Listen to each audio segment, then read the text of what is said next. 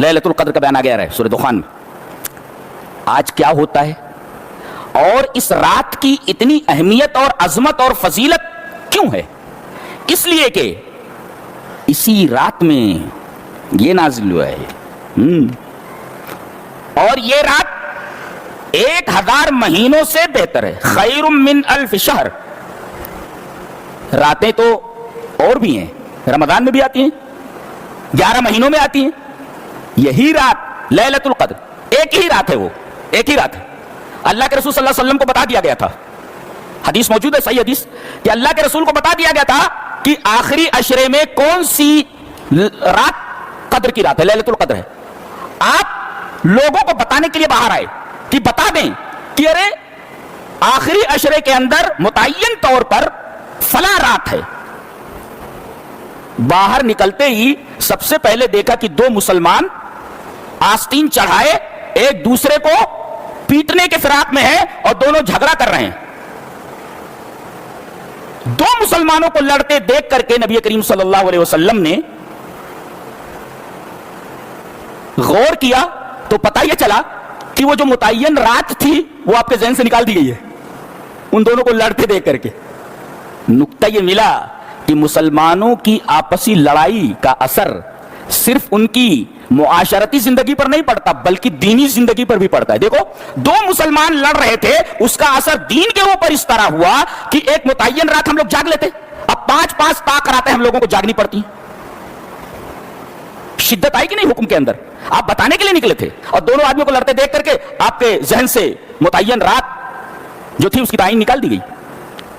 تو مسلمانوں کا آپس میں لڑنا, اس کا اثر صرف ان کی معاشرتی زندگی پر نہیں پڑتا بلکہ ان کی دینی زندگی پر بھی پڑتا ہے. احکام میں سختی ہو جاتی ہے. دیکھو حکم میں سختی آ گئی, ایک متعین رات تھی, اب 5 طاق راتیں جاگیے, پتہ نہیں کون سی رات ہے وہ. بعض لوگ کہتے ہیں غالب گمان یہ ہے کہ 21ویں ہے, بعض لوگ کہتے ہیں غالب گمان یہ ہے کہ وہ 23ویں ہے آج کی رات. بعض لوگ کہتے ہیں غالب گمان یہ کہ 27 ہے. متعین تو نہیں ہے نا, شیور تو نہیں ہے.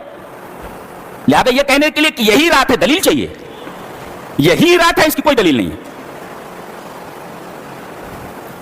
تو یہ رات 1000 مہینوں کے برابر کیوں ہے؟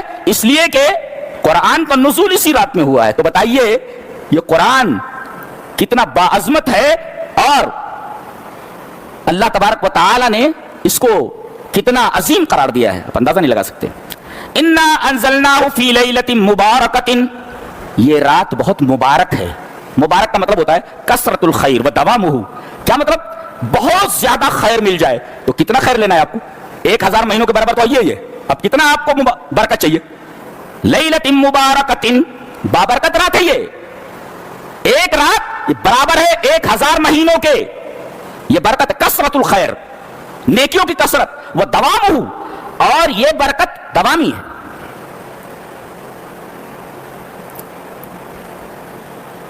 اس رات کو کیا ہوتا ہے؟ جبرائیل علیہ السلام فرشتوں کے ساتھ اترتے ہیں اور اتنی کثرت ہوتی ہے فرشتوں کی کہ زمین کا کوئی چپا ان سے خالی نہیں ہوتا, زمین تنگ ہو جاتی ہے.